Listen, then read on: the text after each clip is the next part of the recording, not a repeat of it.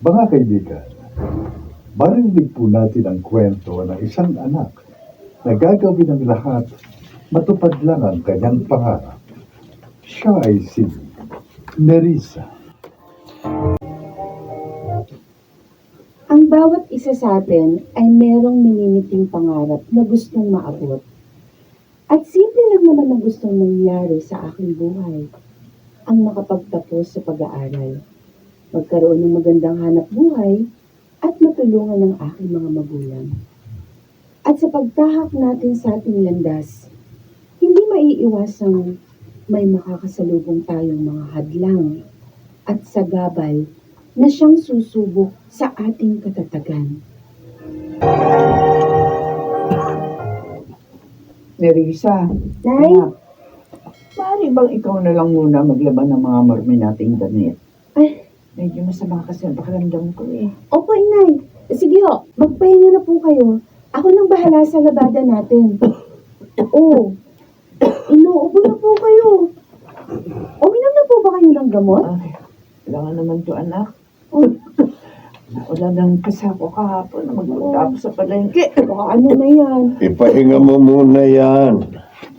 Total na riyan ang anak mo. O nga pala, Luisa, yung extra t-shirt na gagamitin ko, nailagay mo na ba sa bag ko? Oo, ito yung ulam na adobong baboy na ipinaluto mo kagabi. Araw na rin. Hindi na kailangan. Uuwi na lang ako rito mamaya. Half day lang ang pasok ko sa welding shop. Siya nga po pala, Itay. Next week na po ang enrollment para sa second sem. Anak, mamayang pag-uwi ko, pag-usapan na lang natin ang tungkol dyan. Papasok na muna ako sa trabaho. Ay, sige ho. Ingat po kayo.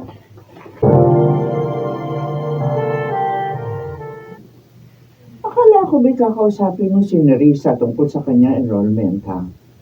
Hindi ko alam kung paano ko ba ipaliliwanag sa kanya na kailangan niya munang huminto sa pag-aaral. Ha? Bakit Donato? Ano bang problema? Yung welding shop ni Mr. Santiago, magsasara na. Kaya mawawalan na ako ng trabaho. Bakit daw? Hindi na kumikita. Saka may ginawa kasing kalokohan si Mr. Santiago. Pati negosyo niya, minala. Ayun, damay kaming mga tauhan niya. Ganun ba? Ano tayo ngayon, Donato? Huwag kang mag-alala. Hahanap na lang ako ng ibang trabaho. Tiyak namang may mapapasukan ako. May mga kaibigan ako na pwedeng lapitan. May awa ang Diyos, alam ko. Hindi niya tayo pababayaan.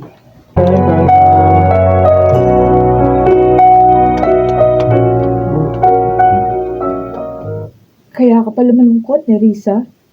Dahil tinapat ka na ng itay mo na hindi ka makakapag-enroll ngayong semester. Wala akong magagawa. Hindi ko naman mapipilit si Itay kung talagang di niya kakayanin. Akala ko pa naman sabay ulit tayo mag-enroll. Kung mayaman lang sana kami, sasabihin ko sa parents ko na gawin ka nilang scholar. Okay lang, Adela. Kailangan kong unawain ng mga magulang ko. May problema sila ngayon at ayaw ko makadagdag pa. Tsaka, nakapaghihintay naman ng pag-aaral. Ano yan? E di, tambay ka muna sa inyo. Ayoko maging tambay kaya hahanap ako ng trabaho. Kahit sales lady sa isang department store. O kaya, service crew sa isang fast food. Pwede rin ako maging factory worker. Basta, kung saan may bakante at kahit anong trabaho, papasukin ko.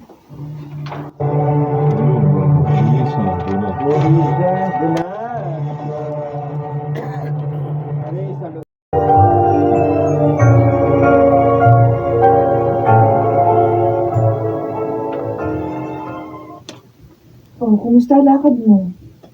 May nakita ka bang bagong mapapasukan? Lumapit na ako sa mga kakilala ko.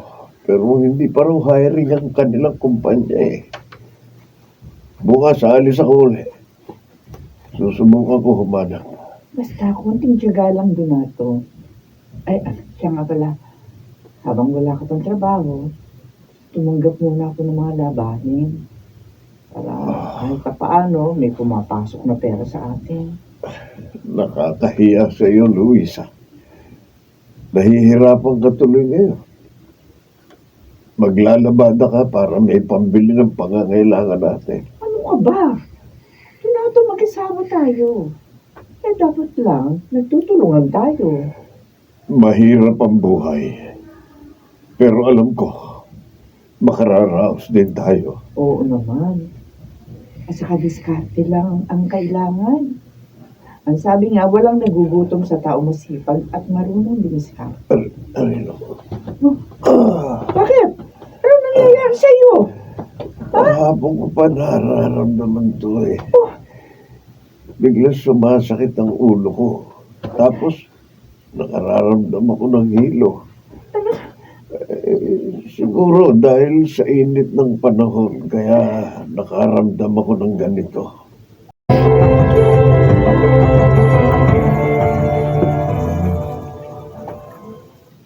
Tutulungan ko na po kayo, Nay. Huwag na. Kayang-kaya ko to. Eh, baka po magkasakit kayo. Bumaya pa kayo kay Itay na umalis pa rin kahit masama ang pakiramdam. Yan naman tatay mo, ganun talaga eh. Masipag at hindi marunong magreklamo. Gagawin niya ang lahat para maitaguyod ang pamilya natin. At gusto ko siyang tulungan, anak. Paano po kung pareho kayong magkasakit? Mas mahirap po yun, Nay. Ay, siya nga ho pala. Nag-apply akong service crew sa isang fast food. Baka po mag-umpisa na ako next week. Ano? Anak, napakabata mo pa para magtrabaho.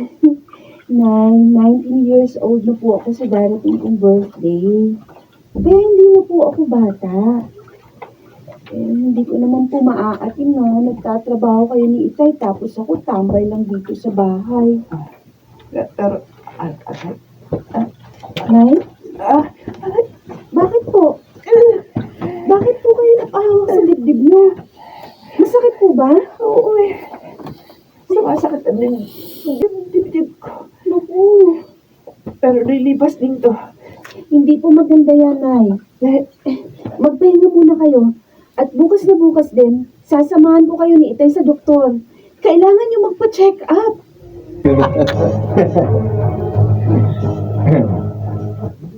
Dok, kumusta po ang lagay ni na Itay at Inay?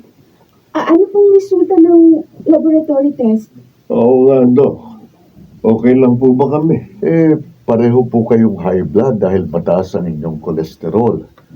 Tapos yung blood sugar nyo nasa boundary na rin. Kaya reresetahan ko po kayo ng gamot sa hypertension. Bali, maintenance na po ninyo ito. Ganun po ba? Mhm. Masyado po kasi silang masipag eh. Pilit na nagtatrabaho kahit masama ang pakiramdam. Eh, paano naman, Dok? Kailangan po namin magtrabaho. Magugutom ho kami kung hindi kami kakayod. Pero kailangan din po ninyong magpahinga. Kung ayaw niyong lumala ang inyong kondisyon. Oh, narinig niyo po, Tay. Inay, kaya magpahinga muna kayo. Ako na pong bahalang magtrabaho.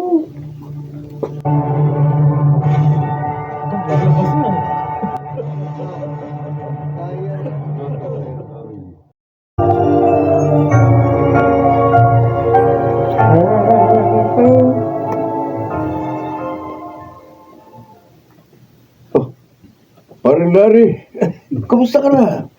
Kailan ka pa dumating? Kamakalawa lang paring Donato. Pero 2 linggo lang ang bakasyon ko. Kailangan ko bumalik ng Taiwan. Dami kasing trabaho.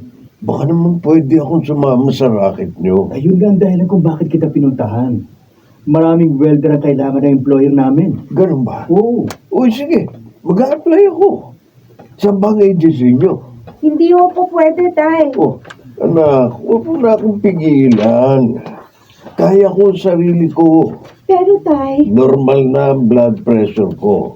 Okay na ang pakiramdam ko, kaya kaya ko nang magtrabaho. Pero delikado pa rin yun, Itay. Lalo na't malayo ang trabaho niyo. Paano kung magkasakit kayo? Paano namin kayo maaalagaan? Anak, sabi ko nga, huwag mo kong alalahanin. Lalo lang ako manghihina kung wala akong ginagawa. Isa pa, hindi mo na ako mapipigilan. Tay, Dahil gagawin ko ang obligasyon ko bilang padre de pamilya sa ayaw at sa gusto mo.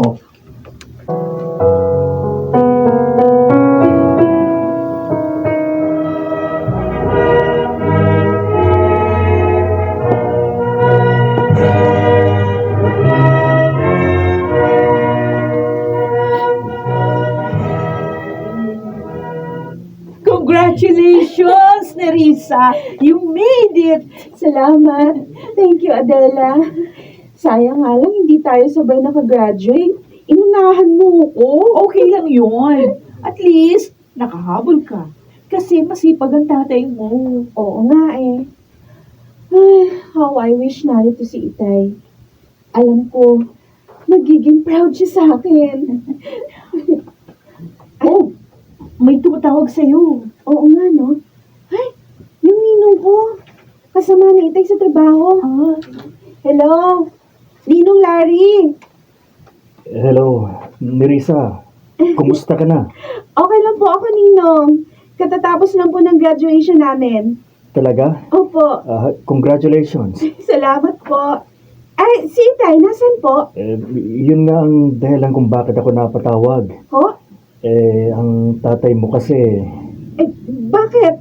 Ano pong nangyari kay Itay? inatake sa puso pero mild lang naman.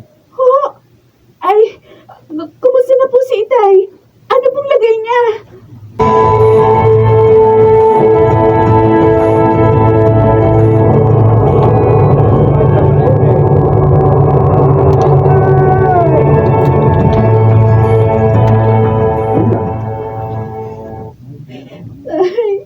Huwag ka umiyak.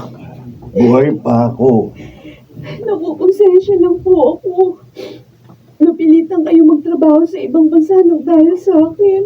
Huwag mong sisihin ang sarili mo. Ginampanan ko lang ang tungkulin ko sa iyo bilang isang ama. Tapos na po ang tungkulin niyo. Kaya hindi na po kayo magtatrabaho. Hindi na nga ako makababalik dahil hindi na ako papayagan ng aking employer. Kaya nga po, dito na lang kayo sa bahay. At sa pagkakataong ito, ako naman po ang gaganap ng tungkulin ko bilang isang anak.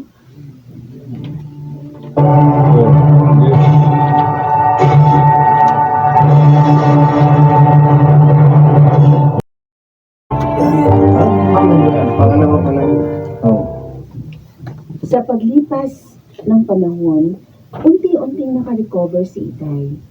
Maging si Inay, maganda na rin ang kanyang kalusugan. Samantala, meron na ako matatag na hanap buhay, pero patuloy pa rin ako nangangarap at nagsisikap. Ako si Nerissa, at ito ang aking buhay.